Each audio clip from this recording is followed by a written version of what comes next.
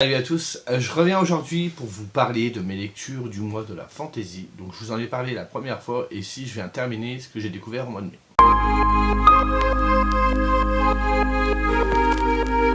Donc je vais commencer par un premier tome d'une trilogie. J'ai encore commencé une nouvelle série de livres, je me fatigue. Donc c'est Les Murmures du Char de Aidan Fox, ici avec le premier tome. Donc c'est une trilogie. C'est de l'auto-édition. Ici, on se trouve dans le monde de Krone, qui est un monde souterrain, dans lequel les hommes arrivent à vivre grâce à un puissant cristal qui se trouve en haut de la ville, en fait, et qui permet d'être l'équivalent du soleil, on va dire. Et nous, on suit Assia, qui est une gladiatrice qui a beaucoup de victoires, qui est très prometteuse dans ce sport, pas vraiment un sport, mais vous voyez ce que je veux dire. Mais elle a une double identité, elle est gladiatrice le jour et le soir c'est une puissante aristocrate, donc elle est assez fortunée. Et elle se fond au milieu de toutes ces grandes puissances politiques qui peuplent ce monde, parce qu'elle cherche des réponses sur son passé, sur certaines choses. Je ne vais pas rentrer plus dans le détail. Alors, le petit souci que j'ai eu avec ce premier tome, alors c'est pas que j'ai aimé, c'est pas que j'ai pas aimé, je vais vous expliquer pourquoi après. C'est de la dark fantasy young adulte. Alors ça, je trouve ça super que les adolescents peuvent avoir accès à de la dark fantasy. Je sais pas si ça se fait sur d'autres titres, moi je connaissais pas personnellement d'autres titres. Le problème que j'ai eu, c'est que j'ai lu juste avant de la dark fantasy adulte, donc du coup quand je suis passé à ce titre-là, c'est forcément, c'est pas la même cible, donc du coup ça va pas être la même... pas la même plume, mais la même densité, même si c'est assez dense, hein, je trouve, pour du young adulte. Et du coup, je pense que j'ai eu un petit peu peiné pour démarrer cette nouvelle histoire. Donc elle se découpe en 3 parties. Pour vous faire un avis très schématisé, la première partie, j'ai eu beaucoup de mal. La deuxième partie, j'ai adoré. Et la troisième partie, je l'ai trouvée sympatoche. Donc il faut se dire aussi que c'est un premier tome, donc c'est un tome d'introduction. L'auteur, faut qu'il introduise son univers qui est extrêmement bien travaillé et travaillé en amont. En plus, Aidan est dessinateur à ses heures perdues. Enfin, ses heures perdues. Je peux vous montrer, vous voyez, il est dessinateur. J'avais fait la campagne Ulule, on avait eu des petits dessins, mais je vous ai déjà montré, je crois, pour Le Cœur du Démon. Donc du coup, quand il décrit son histoire, il sait de quoi il parle, il a vraiment un visuel qui est là. Mais le petit problème que j'ai eu, moi, dans la première partie, c'est qu'on nous présente l'univers, on nous présente Assia, et on sait qu'Assia cherche quelque chose, mais on ne sait pas quoi, et j'ai eu l'impression d'être propulsé dans l'univers sans trop savoir ce qui se passait, et j'étais là, je sais, mais la meuf c'est qui en fait, et elle fait quoi? Et comme on ne nous l'a pas présenté vraiment dans le détail, je dis pas qu'on ne vous la présente pas, ça vient après. Mais du coup, il a voulu faire un petit peu quelque chose à l'envers. Il a déjà voulu vous poser l'univers, vous dire l'héroïne, vous voyez, elle cherche tel truc, alors on ne sait pas vraiment quoi d'ailleurs, et ensuite, hop, on vient sur Assia plus en détail. Et du coup, moi j'étais un petit peu perdu au début, j'ai eu du mal à me mettre dedans, à raccrocher les wagons. Je vous dis, je pense que juste avant, j'ai lu la Guilde des Ombres, donc je vous ai parlé la dernière fois. Donc je pense que ça a été dur de raccrocher les wagons avec... la cible n'est pas la même de lecteur, donc forcément c'est plus compliqué. Et moi, la Guilde des Ombres m'a beaucoup marqué par sa densité. Donc ici, je dirais pas que j'ai pas aimé, mais je pense qu'il a souffert de cette lecture précédente. De toute façon, je lirai la suite sans souci, puisque j'ai le tome 2 et le tome 3 dans ma palle qui m'attendent bien sagement. Ce qui est bien, par contre, je trouve, de la part d'Aidan, c'est quand moi j'ai ouvert le tome 2 juste comme ça pour voir un peu quand je l'ai reçu. Et en fait, au début du tome 2 et au début du tome 3, il nous met un petit texte qui nous résume le tome d'avant. Donc du coup, quand je vais lire le tome 2, je ne serai pas perdu parce que il aura résumé le tome précédent et tout va me revenir en mémoire. Et ça, je pense que c'est un truc que les maisons d'édition devraient faire beaucoup plus souvent. Parce qu'ils se disent bien qu'on ne lise pas que leur série à eux, donc du coup, si on met un petit peu de temps à revenir dessus, en général, on est tout perdu, donc on est obligé de relire. Ou alors, vous savez, quand le tome 2 sort un an après, tu t'en souviens plus, tu es obligé de relire le tome d'avant. Et alors moi, la relecture, c'est pas que j'aime pas ça, mais j'ai tellement de livres à lire que j'ai pas vraiment le temps de m'y accorder, quoi. Et en plus, quand t'attends quelques années, parce que moi, ça arrive que ce soit quelques années, des fois, la première fois, j'ai super aimé, la deuxième fois, si peu que t'as évolué en tant que lecteur, t'as plus vraiment envie de... T'as plus le même ressenti, quoi. Bref, c'est un détail. Alors, je me suis pas vraiment, du coup, attaché au personnage, vu que ma lecture a été un peu chaotique.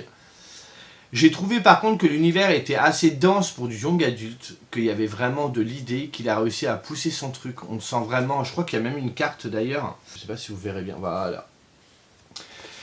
C'est pas quelque chose, vous savez, des fois le young adulte c'est pas vraiment détaillé, là c'est pas le cas, il prend vraiment le temps de vous expliquer les choses et on sent bien qu'il sait où il va, il sait ce qu'il va le faire, et tout se rejoint en fait, comme si de la dark fantasy, on est dans un univers assez sombre, ça se passe dans un monde souterrain, je trouvais l'idée assez originale. Et bah, le tout, c'est que c'est vraiment bien fait. Je trouve, et là, c'est pour ça que je vous le dis, je sais que ça vient de moi, ça vient pas du livre. D'ailleurs, il y en a une d'entre vous, ou un d'entre vous, je crois que c'est une, je ne sais plus, qui m'a dit qu'elle avait eu un coup de cœur sur les premiers. Donc forcément, c'est que c'est une lecture appréciable. Bon, après, ça veut pas dire qu'elle a eu un coup de cœur, que forcément que je dois aimer non plus. On n'en est pas là. Mais je sens qu'il y avait quelque chose, mais je sens que ça vient de moi. Là, il n'y a pas de souci là-dessus, c'est certain. Je trouve que le fait de mettre une héroïne, ça fait du bien, ça change. En plus, elle est gladiatrice, donc elle est badass. Moi, j'aime pas le terme badass parce qu'une femme, on croit qu'il faut le préciser quand elle est badass, qu'un homme, il faut pas. Donc, c'est une femme qui est forte, une femme qui est combative, et elle botte quand même des culs dans l'arène. Donc, ça, j'ai trouvé ça super génial, et ça n'empêche pas qu'elle est quand même émotive, elle est très nuancée. Ce qui m'embête un petit peu, comme je vous le dis, c'est que je me suis pas vraiment attaché à elle. Après, peut-être que ça va venir, je sais pas, c'est que le tome 1, je vais essayer de lire le tome 2 prochainement, alors je sais pas quand exactement, parce que ça je l'ai lu en une journée, hein, ça se lit assez vite, hein, vous savez, c'est écrit assez gros, il fait que 300 pages, je sais pas si les autres sont plus gros. Après, le petit souci que moi j'ai eu personnellement, je trouve qu'il y a certaines choses qui ont été vraiment fouillées, et d'autres, je trouve, on est passé un petit peu vite dessus. Mais quand je vous dis on est passé vite dessus, c'est que le premier tome, bon, peut-être qu'on va y revenir dans la suite, et qu'on va plus rentrer en profondeur dedans. Un seul truc qui m'a vraiment ému, que j'ai vraiment surkiffé, alors ce n'est pas vraiment un spoil, vous voyez ici vous avez des petites bêtes, cela s'appelle des dragons. Et on nous explique un petit peu la relation que peuvent avoir les humains avec les dragons, et ça j'étais en kiff total, j'ai vraiment adoré. Il y a un grand bestiaire également, au niveau politique il y a quand même pas mal de personnages, on n'est pas perdu parce qu'il y a un lexique à la fin qui nous rappelle un peu le pourquoi du comment. Donc c'est ça qui est bien aussi, c'est que si jamais vous avez un souci avec les personnages, vous rendez en fin d'ouvrage, on vous explique tout ça. Le livre, j'ai rien à dire sur l'édition, il se lit très très bien.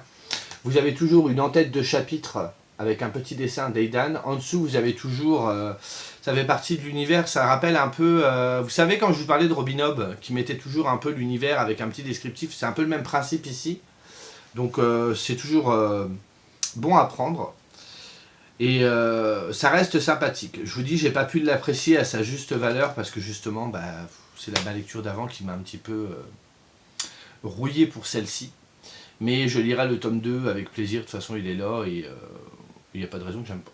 Dans le cadre du groupe Facebook Un King par mois ensemble, vous savez, je vous en ai déjà parlé plein de fois. On devait lire ce mois-ci le premier tome de la saga de Stephen King, donc La Tour Sombre, ici avec le premier tome, Le Pistolero. Donc en gros, ça va pas être très compliqué, d'ailleurs je vous ai déjà mis mon post sur Insta. Oui, Laurent a fait des posts sur Insta de temps en temps, ça m'arrive. Et en gros, on suit un homme qui s'appelle Roland de Gilead, ou Gilead, je sais pas comment ça se dit, qui est une espèce de cow-boy qui pourchasse un homme en noir. L'histoire est là. Un premier tome assez, on est même plus sur de l'introductif, là c'est vraiment fouillis, j'ai pas tout compris, c'est assez flou, on nous plonge dans l'univers, on ne sait pas tout, que ce soit au niveau du temps, au niveau du lieu, donc c'est très nébuleux. J'ai eu du mal à tout lire, j'ai tout lu hein, mais c'était un petit peu compliqué, d'un chapitre à l'autre, on passe d'une scène à l'autre, je comprenais pas trop. Après on a fait le live de débrief sur Facebook, donc sur la page du groupe.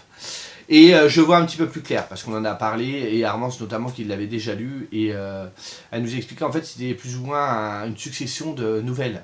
Donc c'est pour ça que j'ai trouvé qu'il y avait... qu'on passait de coq à l'âne, c'était un petit peu bizarre, donc maintenant je comprends mieux. C'est accompagné d'une petite nouvelle qui s'appelle Les Petites Sœurs d'Ellury, qui n'est pas indispensable, mais que moi j'ai beaucoup apprécié, et qui était vraiment moins nébuleuse, pour le coup, moins floue. Ça reste sympathique, tout d'abord parce qu'on est sur du... Il y a une préface, je crois que ça s'appelle une préface ou un avant-propos, je ne sais plus, où Stephen King nous explique un petit peu la genèse de cette histoire. Donc il a commencé à l'écrire quand il était étudiant, donc il y a très très longtemps. Et en voulant s'inspirer, parce qu'il avait été marqué par l'œuvre de Tolkien, donc Le Seigneur des Anneaux. Mais voilà, c'est Stephen King. Alors j'aime beaucoup cet auteur-là. Je ne veux pas non plus dire que c'est lui qu'il faut lui pardonner tout. C'est pas ça. C'est que il n'a pas voulu faire comme tout le monde, que j'ai envie de dire comme souvent. C'est vrai que Stephen King a vraiment son truc en dehors d'une belle plume et du succès qu'il a. Et il a voulu faire un western fantasy. Et ça se sent beaucoup. Alors moi je suis quelqu'un dans la vie qui n'est pas très western. C'est vrai que c'est pas quelque chose qui me passionne plus que ça, les films de western. Et pourtant je trouve que dans le livre ça a plutôt bien marché. J'ai vraiment bien aimé. Comme je vous l'avais dit dans mon bouquin, j'ai acheté d'ailleurs un livre qui porte un petit peu là-dessus sur le western. C'était quoi les... Je sais plus le titre du livre. Bref. Je vous l'ai présenté, je l'avais acheté au J'imagine. De Mackenzie, le shérif de Mackenzie ou les démons du shérif Mackenzie, je sais pas trop quoi. Et du coup ça j'ai trouvé ça super génial. C'était vraiment original. Ça changeait de la fantaisie un petit peu classique que l'on peut découvrir. Donc je vais pousser un petit peu plus loin avec le tome 2 parce que il paraît que ça va se débloquer un petit peu et qu'il y a des choses qu'on ne sait pas mais qu'on ne comprend pas et qu'on va comprendre plus tard. Donc voilà, j'abandonnerai pas là, j'ai entendu énormément d'avis dithyrambiques en disant que la suite de la saga était absolument géniale. Il y en a d'autres qui m'ont dit qu'ils n'avaient pas aimé. Donc après je me ferai mon propre avis, hein. Faut pas non plus, je vais pas m'arrêter à l'avis des autres. C'est pas parce que quelqu'un n'a pas aimé que je vais pas aimer, ça veut rien dire. Le héros, malgré tout, je trouve qu'il est assez charismatique. Mais vous voyez, c'est même bizarre de vous faire une rétrospective, un bilan sur ce livre, parce que j'ai pas gardé grand chose. Je sais qu'il y a un bestiaire qui est pas forcément plus ou moins inconnu, parce que même dans l'univers, il y a des choses qui semblent vraiment sortir d'un univers d'imaginaire, et il y a d'autres choses qui nous semblent pas inconnues, enfin c'est assez compliqué. Il va aussi mélanger des mythologies avec des créatures qu'on a déjà vues dans de la fantaisie ordinaire, j'ai envie de dire, la fantaisie classique. Donc ouais, j'ai du mal à me positionner. Je pense que si j'apprécie le tome 2 que j'ai pas encore lu et je compte découvrir ce mois-ci parce que c'est le titre de ce mois, découvrir avec le groupe, je verrai peut-être plus clair. Parce que du coup là il se passe beaucoup de choses, hein, je ne dis pas le contraire. Mais on sent également que c'est vraiment introduire l'univers et on ne donne pas vraiment les clés. On ne nous donne pas les clés pour le comprendre. Il faut savoir aussi que La Tour Sombre est l'œuvre phare de Stephen King, mais qu'il y a certains éléments qui apparaissent dans d'autres récits qu'il a écrits. Et je sais pas, je crois qu'il y a un ordre chronologique pour les lire. Je crois que d'ailleurs Dorian avait mis sur le groupe Facebook tous les livres en lien avec cette saga, parce que cette saga elle compte 7 tomes je crois, plus un spin-off, 1, 2, 3, 4, 5, 7, non 8 tomes, oui c'est ça, 7 tomes, il y a La Tour Sombre, voilà, il y a tous ces tomes là, et celui-là est écrit longtemps après, et vient se glisser entre deux tomes, je crois que c'est le 4,5, donc il se glisse après le tome Magie et Cristal, il me semble que c'est ça. Là, c'est que le premier tome qui a été édité tout seul. Armance les avait lus il y a très longtemps. Et elle avait eu un intégral de chez France Loisirs où il y avait les 3 tomes qui étaient regroupés. Elle les a lus d'une traite et elle dit que c'était beaucoup mieux. Et du coup, pour la compréhension de l'histoire et tout ça, que de mettre qu'un tome 1, ça risque de décrocher les gens en fait. Il y en a plein je sais pas, il y en a pas mal qui ont dû abandonner, je pense. J'ai pas été vérifié. Mais moi j'ai tenu le choc quand même parce que je trouvais l'univers quand même malgré tout intéressant. Reste à voir si j'accroche le tome 2. De toute façon, je n'ai que le 1 et le 2 dans ma palle. Si le 2 je n'accroche pas, je ne continuerai pas. Et je pense que Stephen King, il lui reste quand même pas mal d'œuvres à lire. Donc le monsieur est assez prolifique. Donc on verra à ce moment-là. Donc on nous pose quand même des choses. Je trouvais que dans la dernière partie, il y avait des choses vraiment intéressantes. C'était un petit peu la moins floue. Le livre est pas très grand, je crois qu'il fait à peine 300 pages, hein, parce qu'il y a la nouvelle qui est derrière. Mais on verra bien, il y a quand même des questions, je me pose quand même, il y a beaucoup de mystères, du coup, en plus du fait qu'on n'a pas toutes les clés pour appréhender l'univers, on a aussi des questions qui sont posées, et je vous avoue être curieux de découvrir la suite. Et comme j'ai vu qu'il y en a qui font des avis mais dithyrambiques sur cette saga, qui disent que c'est absolument génialissime, j'en entends parler depuis des années, moi aussi je veux savoir, hein, parce que moi depuis le début de l'année j'ai eu quelques coups de cœur, mais j'ai pas eu non plus la lecture du siècle, enfin la lecture de l'année, comme j'ai tous les ans. Et là, ça tarde un peu parce qu'on va arriver quand même au mois de juin, je l'ai pas eu. Bon, l'année dernière, vous me direz, la lecture du siècle de l'année, pour moi, ça a été quand même la deuxième femme de Louise May, elle est arrivée au mois de novembre. Donc, ne nous alarmons pas. Mais franchement, les coups de cœur que j'ai eu, je vous en ai présenté quelques-uns, c'est pas non plus des coups de cœur de ouf. J'ai pas eu non plus une lecture qui m'a carrément fait valdinguer, quoi. Donc, j'aimerais bien. Bref, on verra bien. Toujours avec mon acolyte Claudine, nous avons découvert le 2e tome des Enfants de l'Ours de Sylvine Ploégé. Je vous avais parlé du premier tome qui s'appelait Les Partisans de l'Astre, et celui-ci s'appelle L'Ombre de l'Hiver, donc c'est édité chez Lansdals. Le deuxième tome commence juste après le premier tome. Donc pour le résumer, on suivait des jeunes adolescents qui étaient élevés dans un monastère, ils étaient orphelins. Ils étaient là pour une espèce de croyance, vous savez, ce monde qui était dominé par l'astre, une espèce de dieu, je sais pas trop ce que c'est, où il faisait toujours beau, tout ça. Le voile est arrivé, il a assombri le ciel, donc du coup tous les jours il fait gris, il pleut, il y a du vent. Et l'astre est parti, il a dit je ne reviendrai que lorsque ça ira mieux. Il trouvait que les hommes agissaient mal et tout ça, et il a préféré s'éclipser, donc le voile a pris sa place. Et au milieu de tout ça, nous avons donc ce monastère avec ces jeunes orphelins. Ils sont appris à l'art du combat, à défendre l'astre qui devient une sorte de religion si on veut, pas vraiment mais c'est un peu dans l'idée. Il y a une prophétie également qui dit que l'astre reviendra prochainement et tout et tout. Et ces enfants-là sont élevés comme ça jusqu'au jour où ils ont un rite d'initiation, une sorte de rite de passage. Et lors de ce rite de passage, ils découvrent un pouvoir magique.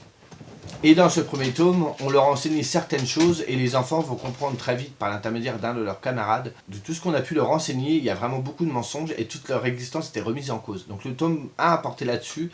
Il était plus sur tout ce qui est paranoïa, complot. J'avais vraiment beaucoup aimé. D'ailleurs Claudine aussi, je parle en son nom. Parce qu'on en a discuté, forcément, on fait une lecture commune, c'est pour en discuter, c'est mieux. Et du coup, on a commencé ce deuxième tome qui continue aussitôt que le premier. Bon, forcément, je ne vais pas vous dire en détail ce qui se passe. Et j'ai moins aimé, pourquoi? Alors on va le diviser en 3 parties, je vais vous dire que le début, j'ai trouvé que c'était un petit peu long. Fallait redémarrer les choses, bon je suis d'accord, ça c'est normal, c'est comme toutes les suites de séries. Mais ça a été un peu tiré en longueur et au bout d'un moment je fais, bah, faut passer la seconde quoi, là c'est un petit peu long. La deuxième partie était intéressante, malheureusement pour moi, je trouve qu'on passe dessus beaucoup trop vite, il y avait matière à travailler beaucoup plus de choses. Quitte à faire un tome 3, après je ne suis pas éditeur, hein, c'est juste mon avis, hein, je ne dis pas ce qu'il faut faire ou pas faire à l'autrice ou même à la maison d'édition. Mais je pense que l'univers malgré tout, même s'il est assez young adulte et qu'il n'y a pas la densité d'une œuvre adulte, parce que je vous le rappelle, moi l'autrice m'avait dit qu'elle avait écrit cette histoire pour initier les adolescents à la fantaisie, donc certaines notions restaient assez simplistes, mais je trouve qu'il y avait quand même matière à faire un truc beaucoup mieux. On est quand même dans un tome qui est beaucoup plus centré sur l'action et l'aventure. Et du coup, nos héros vont être confrontés un petit peu à des épreuves, j'en dirai pas plus. Mais du coup, les épreuves, je trouve que ça passait beaucoup trop vite. En 2-2, c'était fait, ça manquait d'enjeu, on tremblait pas pour les personnages, enfin, il m'a manqué quelque chose. C'est vraiment dommage. Et pourtant, dans la dernière partie, j'ai trouvé que là, on revenait sur quelque chose de mieux. J'ai retrouvé un peu l'esprit du premier tome. Autre chose, pareil, qui m'a un petit peu déçu, c'est que le premier tome faisait presque 500 pages, le deuxième n'en fait que 400, alors que le deuxième, j'ai envie de dire... parce que les deux tomes sont d'une couleur assez différente. Le premier tome est assez statique, d'une certaine manière, et on est plus sur la psychologie, sur des secrets enfuis, des découvertes à faire, cette idée de complot, comme je vous disais, que le tome 2 va être beaucoup plus actif, beaucoup plus dans l'aventure, beaucoup plus dans la découverte, et il est plus petit que le tome 1. Et du coup, je trouve qu'on passe trop vite sur les choses, il n'y a pas vraiment d'enjeu, c'est dommage. C'est dommage. Je dis pas que j'ai détesté, par contre, je sais que comme j'avais un petit peu de mal avec ce tome-ci, et on n'avait pas trop discuté avec Claudine, et Claudine vient me voir, elle me dit « Oh, tu sais Laurent, elle fait ce tome 2, j'aime beaucoup moins. » Oh, je dis « Oh, merci, parce que je veux pas, quand je lui fais une LC, j'ai pas envie, quand la personne n'est pas venue me voir, de la dégoûter de sa lecture. » Donc j'attends qu'elle vienne me voir et me dise bah, j'ai pas trop aimé ou qu'on en discute. Elle aurait pu me dire moi j'ai beaucoup aimé, je t'aurais dit bah moi pas, c'est pas le cas quoi. Mais là j'attendais vraiment un retour de sa part. Et dans l'ensemble on se rejoint sur l'avis, on a trouvé que ouais, c'était un petit peu un cran en dessous du premier. C'est dommage parce qu'il y avait vraiment matière à faire quelque chose de vraiment très bien. Après comme je vous le rappelle c'est du young adulte, je ne suis pas la cible. Donc en plus grâce à ce roman quand même j'aurais découvert que je suis beaucoup plus calé. Enfin, beaucoup plus expérimenté dans le genre fantasy que je ne pensais, et que j'ai un petit peu passé le stade de la découverte à travers des tomes comme ça, young adulte. C'est pas péjoratif quand je dis ça, parce que je sais que demain, si je dois lire de la SF, j'en ai lu très peu dans ma vie, d'ailleurs je crois que j'ai jamais lu par exemple de space opera, je sais que je commencerai par du young adulte. J'irai pas tout de suite vers de l'adulte parce que je risque de m'en dégoûter. Donc c'est pour ça que je vous dis ça. Mais là je me rends compte avec cette histoire-là que je peux passer au cran au-dessus. Ça reste quand même sympathique, on a quand même la fin, tout n'est pas facile, c'est peut-être pour ça aussi que j'ai apprécié la dernière partie. Mais ouais, ça a manqué d'enjeu dans le milieu du roman et c'est passé beaucoup trop vite, c'est vraiment dommage. Mais j'ai passé quand même un bon moment et c'est une duologie sympathique. Donc, je vais vous parler également de Céline, Cœur d'innocence, le premier tome d'une trilogie qui s'appelle du coup Céline, qui est édité aux éditions Amalthée dans la collection Entre deux mondes. On va suivre ici une jeune fille qui s'appelle Céline, qui se retrouve du jour au lendemain sans rien. Sa ville est dévastée, son monde aussi, son père est tué. Elle finit par être capturée par les ennemis de son père et elle finit au dernier moment par être sauvée par des chevaliers du royaume de Werignan, où elle va trouver refuge. Elle va faire la connaissance du coup du roi de ce royaume et également d'un des chevaliers qui vont lui raconter un petit peu le passé de son père, dont plein de choses qu'elle ignorait sur lui. Et elle décide suite à tout ça et puis à d'autres événements dont je ne vais pas vous parler, hein, vous les découvrirez ici, qu'elle veut devenir chevalière. C'est la première fois qu'une femme décide de franchir ce pas. C'est pas super bien vu parce qu'on est quand même dans un royaume assez patriarcal. Donc une femme chevalière, il y en a, ça les fait bien rire. Bref. Ici, on va être sur une fantaisie bienveillante, j'ai envie de dire. Déjà si vous êtes débutant en fantaisie ou si vous en lisez très peu et que vous avez envie de vous familiariser avec ce genre, comme Les Enfants de l'Ours, ce tome-là est très bien. On sent que Guillaume a vraiment... Moi, je l'ai ressenti comme ça au niveau de la lecture, c'est que l'univers, ça coule de source. Il a une plume qui est très fluide, mais l'univers, on sent bien que c'est très visuel et on sent qu'il a travaillé ça dans sa tête depuis très très longtemps. Donc du coup, quand on le lit, ça nous paraît tellement, tellement évident. Je ne saurais pas vous l'expliquer, c'est un ressenti de ma part, mais j'ai trouvé que l'univers, il lui semblait tellement familier quand il le décrit qu'on sent que c'est pas d'aujourd'hui qu'il y a pensé. On va être face à une jeune fille donc, qui veut devenir chevalière. Et on va être sur une fantaisie que je qualifierais de très bienveillante. Parce que moi, quand j'ai commencé le récit, je m'attendais à vraiment une héroïne qui en voulait, qui avait un caractère de fou, qui allait pas se laisser faire. Et c'est pas tout à fait ça. On est vraiment dans ce tome où il faut savoir que Céline a évolué dans un royaume, dans une ville, dans son monde à elle, où tout était vraiment facile. Elle est fille de roi. Il n'y avait pas vraiment de violence dans son domaine, son père était apprécié par le peuple et le peuple lui rendait bien. On était vraiment dans un univers un peu à un cocon, vous savez, et elle était très bien dans ce monde-là. Et elle y a été arrachée du jour au lendemain et elle s'est retrouvée face à la guerre, et elle s'est retrouvée face à la violence, son père est mort, tout son peuple est décimé. Enfin, c'est un grand choc pour elle et du coup, elle est perdue au milieu de tout ça. Elle décide de devenir chevalier pour essayer de contrer un peu tout ça et de combattre un peu son destin, mais c'est pas évident pour elle, puisque foncièrement, elle n'est pas mauvaise. Au fond d'elle, c'est quelqu'un de gentil, de généreux. Donc il y a tout un cheminement à faire. Parce que moi, pour être honnête, dans toute la première partie, je me disais, limite, je fais, putain, elle est gentille, mais elle est un peu chiante, quoi. Il se passe rien, elle est toujours en train de chialer, enfin... C'est péjoratif hein, ce que je dis, mais en fait, c'est quand je suis arrivé un peu plus loin dans l'histoire, je me suis dit, ah, je vois où l'auteur il va en venir. C'est pas un spoil, hein. Et c'est là où je me suis dit, ah ouais, en fait, tout le tome est centré vis-à-vis de son point de vue à elle. Et vers la fin, je me dis, ah, je comprends mieux, parce que du coup, je trouvais que ça manquait de nuances, que tout le monde était plus ou moins gentil, mais non, c'est la... Faut que vous preniez ce tome 1 à travers les yeux de Céline. Et c'est une femme qui n'est pas du tout mauvaise, qui veut découvrir, qui est très volontaire, qui a un mental quand même assez fort, vu ce qu'elle a vécu. Mais à côté de ça, elle reste foncièrement bonne, donc du coup tout paraît bienveillant autour d'elle. J'attends du tome 2 que ce soit un peu plus nuancé. Il y a 2-3 petites relations, je trouve, qui se sont passées un peu trop vite. J'aurais bien voulu que ça mette un petit peu plus de temps à se mettre en place. Mais dans l'ensemble, encore une fois, vous voyez, c'est comme là. Si j'avais pas lu la fin de ce livre-là, j'aurais eu un avis beaucoup moins positif, même s'il reste mitigé. Et là, c'est pareil. En ayant lu jusqu'au bout, je me suis dit, ah, dans le tome 2, ok, je vous dis rien du coup. Mais j'en attends beaucoup de la suite. Ce qui est bien aussi, donc je vous disais tout à l'heure qu'au niveau de l'univers, Guillaume, on sent qu'il a mûri sa réflexion et qu'il a vraiment imaginé les choses en amont. Ça va être pareil au niveau de l'historique, parce qu'on ne va pas s'arrêter seulement à l'univers et au visuel des paysages et tout ça. Il y a aussi l'historique de tous les personnages. Chaque personnage plus ou moins important dans l'histoire a un background, donc ça c'est travaillé également.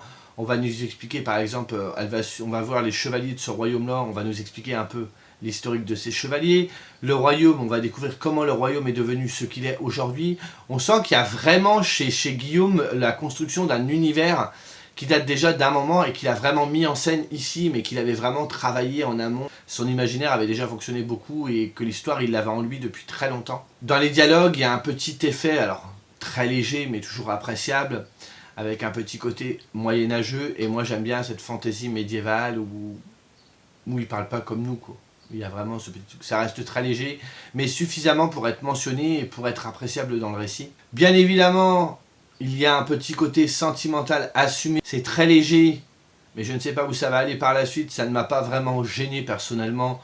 Donc, à vous de voir après. Je sais qu'il y en a qui sont un peu réfractaires à la romance. Là, elle est un petit peu légère. Enfin, pour moi, je la trouve légère. Peut-être pour vous, ce sera trop. Mais je pense que ça rentrera en ligne de compte. Mais du coup, moi, l'idée principale que j'ai en ressortant de ce roman, c'est qu'on va suivre du coup l'histoire d'une fille assez naïve qui a eu une vie sans problème en fait. Et qui se retrouve du jour au lendemain confrontée à son destin parce qu'elle n'a pas le choix. Et elle ne cesse d'y croire. Voilà. L'idée c'est ça, il faut toujours croire en ce qu'on veut, en ses rêves, il faut toujours avoir la volonté et quand on veut, on peut. C'est vraiment l'idée qui ressort de ce premier tome. Mais malgré tout, j'ai passé un bon moment. Je crois que je suis arrivé avec l'idée d'autre chose. J'avais une petite idée, du coup, quand j'ai vu Chevalière, j'ai héroïne badass et tout, je me suis imaginé un truc, c'était pas ça. Je pense que je partirai autrement sur le tome 2. Je vais essayer d'avoir moins d'attente au niveau de la nuance des personnages. Donc, un roman que je trouve assez humaniste. On est vraiment dans cette idée d'avoir des gens de l'humanité. On n'est pas forcément, vous savez, dans cette fantaisie où... on est pas sans cœur, mais dans un monde à feu et à sang, et on est là pour tuer, on est là pour ci, on est là pour ça. Là, on n'est pas dans cette optique-là, donc si c'est ce que vous recherchez, ben, je pense que ça sera pas la bonne lecture. Mais si vous êtes vraiment dans cette optique de fantaisie médiévale bienveillante, avec des bonnes ondes, vous pouvez y aller, c'est accessible. Donc j'ai vraiment hâte quand même de découvrir, je me répète, hein, mais j'ai vraiment hâte de découvrir le tome 2, pour voir où il va nous mener. Mais c'était un premier tome sympathique. Pour terminer, j'ai lu un graphique, La baleine blanche des mers mortes de Aurélie Wellenstein et de, je ne sais pas le nom du monsieur, et de Olivier Boiscommun. Donc c'est écrit par Aurélie Wellenstein, c'est illustré par Olivier Boiscommun. Alors, c'est chez Dracou Édition.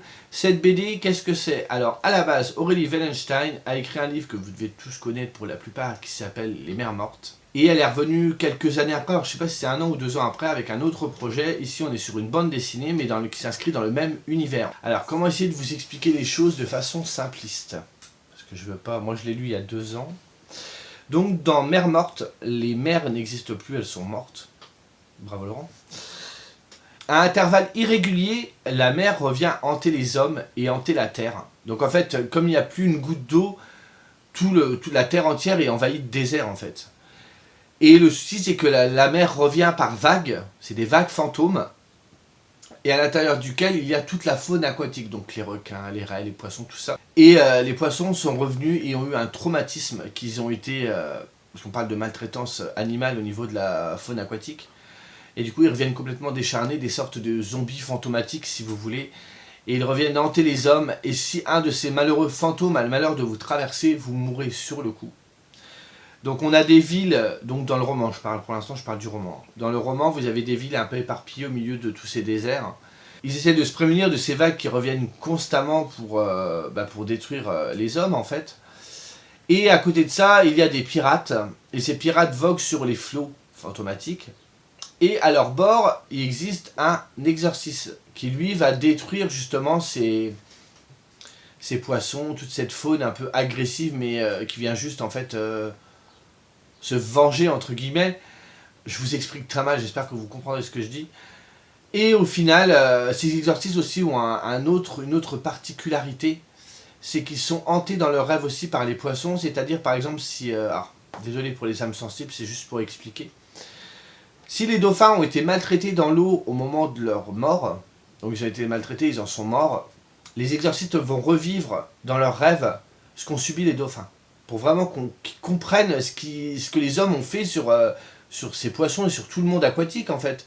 Donc il y a vraiment une notion très écologique, très militantiste d'Aurélie Wellenstein à travers ce roman. Je me souviens que moi je me l'étais procuré en 2019 aux Imaginales et elle me l'avait dédicacé et je lui ai dit par contre, au niveau des tortures animales, est-ce que les descriptions durent très longtemps? Parce que je dis moi ça peut me choquer ce genre de truc. C'est vrai qu'on parle de trigger warning, moi pour le coup tout ce qui est maltraitance animale j'ai du mal.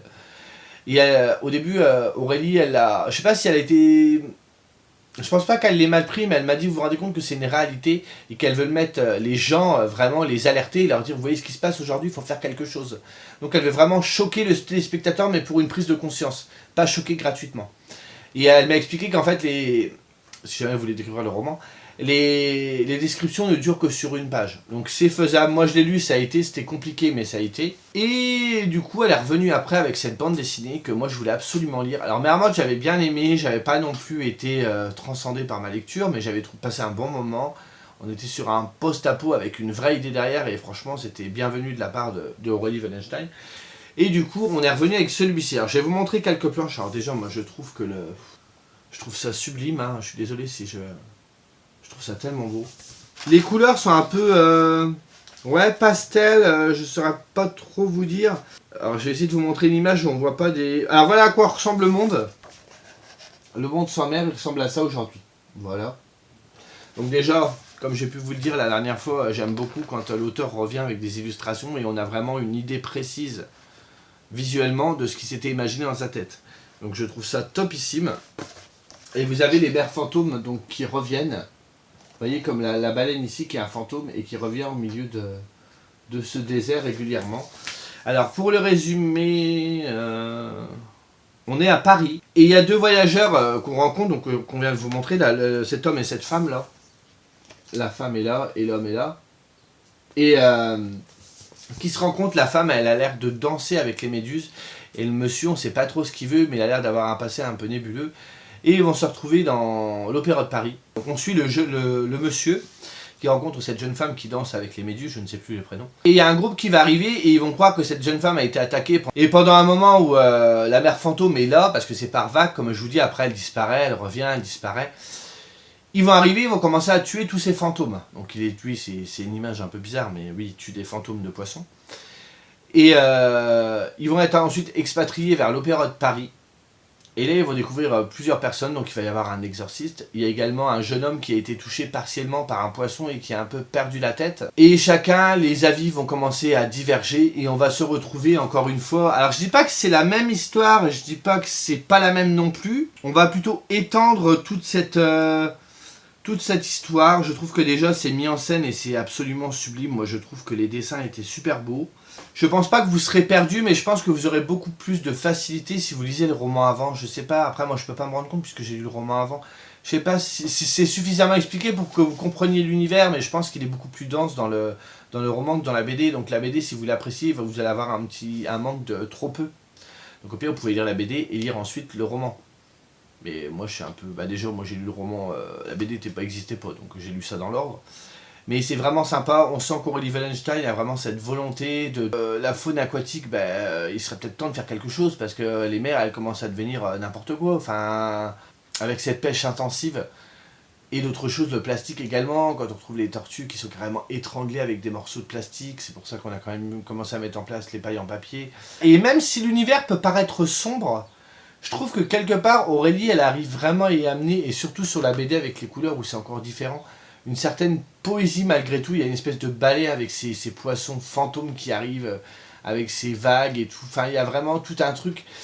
Et elle arrive à nous placer au point où on va trembler pour les personnages. Et indirectement, quand ils se font toucher par les poissons, on se dit tant mieux. Bah, tu vois, t'as vu ce que t'as fait avec la mer et tout, t'as tout détruit. Bah, ce qui t'arrive, c'est tant mieux. Donc on est un petit peu le cul entre deux chaises, mais elle nous fait vraiment prendre conscience des choses. Ça lui tient vraiment à cœur et je trouve que cette BD était vraiment jolie. Je trouve que même le dos, vous voyez, avec... alors attendez, parce que là on voit rien. Avec cette idée-là, c'est pas grand-chose, hein, mais moi je trouvais que c'était une BD absolument sublime. Il y avait des tons avec les mers mortes qui arrivent, qui vont être plus dans le vert. Quand les mers sont là, on va être plus dans le bleu. Ça va être beaucoup plus coloré quand on sera dans l'opéra. On revoit également, du coup... ce qui a pu se passer avec les maltraitances animales. Donc voilà, pour les gens qui sont vraiment très sensibles, moi j'ai réussi à passer au-dessus, mais voilà, Aurélie, elle se censure sur rien parce qu'elle veut vraiment que les gens prennent conscience des choses en fait. Donc une belle petite BD. Personnellement, je sais pas s'il faudrait mieux... Moi je dirais qu'il faudrait mieux lire le roman avant si vous voulez vraiment comprendre les choses. Après, la BD ne sera pas inaccessible, mais je pense qu'on ne saisira pas les enjeux de la même façon. Forcément, dans un roman, elle a plus le temps de vous expliquer les choses. Mais ceux qui ont lu le roman, la BD, allez-y, elle est magnifique. Et ceux qui ont lu la BD et qui veulent découvrir le roman, vous aurez vraiment un plus. Parce que la BD va effleurer les choses. Voilà. Sur ce, voici mon deuxième bilan pour le mois de la fantasy, donc pour le mois de mai également. Là, on est parti sur le challenge des 15K. Et je peux vous dire qu'à l'heure où je tourne cette vidéo, le challenge ne démarre pas très bien, je n'ai pas beaucoup lu. Mais bon, c'est pas grave. Du coup, je reviendrai prochainement avec mes lectures du 15K. Et je suis en train de me poser certaines questions parce que je sais que le challenge de SF ne s'est pas hyper bien passé pour moi. Parce que j'ai été très vite lassé, tout ça. Et pour le mois de la fantasy que j'attendais de ouf, je pense qu'au bout d'un mois, je commence à faire un petit peu une overdose. Parce que je sens que les histoires que j'ai lues sont très bien pour la plupart. Mais je suis resté tout le temps mitigé, je pense qu'au bout d'un moment j'en avais trop. Et comme je suis pas ce genre de lecteur qui a un genre de prédilection, même si ça va rester la SFFF, mais je veux dire le fantastique et l'imaginaire dans sa globalité, il y en a qui vont être beaucoup plus dans le polar tout le temps, il y en a d'autres ça va être le contemporain, il y en a d'autres ça va être la science-fiction, chacun son truc. Moi je fais partie de ces lecteurs qui peuvent... Ah, si vous entendez... Si vous entendez, c'est la chienne qui rêve. Je vais être plutôt ce genre de lecteur qui va un peu bouffer à tous les râteliers, je peux dire vulgairement. Et du coup, je peux pas me cantonner à un genre. C'est pour ça que je me dis que le challenge de Dorian, où il y a vraiment 3 mois, où j'ai vraiment mis des lectures de tous horizons, va mieux passer. Donc je suis en train de me tâter, savoir est-ce que je continue à faire des challenges où je ne lis qu'un genre. Après, rien ne m'oblige à venir vous voir et vous dire, voilà, ce mois-ci, il y a le mois de la fantasy. Je vais lire un livre par semaine de fantasy et à côté lire autre chose. Mais je me rends compte que lire qu'un seul genre en un mois, c'est un peu frustrant pour moi et ça peut être très vite lassant. Donc là, la fantasy, j'ai la Guilde des Ombres, tome 2, partie 2, tome 1 à lire, j'en ai pas envie du tout. Et j'ai pas envie de trop attendre non plus, parce qu'il fait pas partie déjà une du challenge des 15 corps. Mais de 2, j'ai pas trop envie d'attendre, parce qu'après je vais oublier, il y a vraiment beaucoup de choses à retenir. Céline, j'ai envie de poursuivre aussi. Bon, je l'ai pas encore, mais il faudra que je me le procure. Et Dan Fox, les Murmures de Char, il faut que je continue. En plus, c'est des lectures qui vont assez vite. Céline, je l'ai lu en une journée. Les Murmures du Char aussi. Ce qui est bien, c'est que Les Enfants d'Ours, je l'ai commencé et terminé dans le même mois. C'était une duologie. Stephen King, j'ai commencé, il ne faut pas que je termine, parce que je sais que Stephen King, dans ses œuvres, la densité, il aime bien. Donc je risquerai d'être perdu si je laisse tomber. Enfin, vous voyez, donc il faut vraiment que je vois à tout ça prochainement et essayer de remettre mes petites idées en place. Marquer tout ce que j'ai commencé à nouveau, je me fatigue. Je suis en pleine réflexion personnelle. Globalement, j'ai passé un mois de fantasy relativement sympathique. J'ai pas vraiment eu des lectures, ouais c'est ça, sympathique. J'ai pas eu de lecture qui m'a vraiment laissé béat, quoi. Et c'est ce qui me manque là depuis le début de l'année. J'ai pas vraiment eu ça plus intensément et ça m'ennuie. Bref, sur ce, au lieu de blablater, ça fait 5 minutes que je vous parle pour ne rien dire, je vais vous laisser ici. Bah dites-moi vous, tiens, si vous avez participé au challenge de la fantasy, ou même si vous n'y avez pas participé, on s'en fout. La lecture que vous retiendrez de ce dernier mois. J'aime bien après noter. Et petite chose aussi que j'ai oublié de vous dire la dernière fois. En ce moment, on ne fait plus le tirage des abonnés. Tout simplement parce que je fais des challenges. Donc si je fais le mois de la fantasy ou le mois de la SF et que je tire un roman ou d'autres choses, ça va être un petit peu compliqué. En plus derrière, je me suis mis plein d'ALC sur le dos. Donc, enfin sur le dos. C'est sympa pour les copains, c'est... Je participe plein d'ALC, donc je pourrais pas être partout. Là, il y a le challenge de Dorian qui arrive, donc il fallait remplir 30 consignes. J'aurais pu tirer 3 papiers et essayer de les mettre dans les consignes, je ne l'ai pas fait. Je pense que ça reprendra au mois de septembre, ce tirage des abonnés. Je n'oublie pas, vous inquiétez pas. Et je reviendrai dessus, je préférais vous le dire, parce que c'est vrai que je n'ai pas pensé à vous en parler avant. Donc voilà, sur ce, je vous laisse, et je vous souhaite de bonnes lectures, et je vous dis à plus. Salut.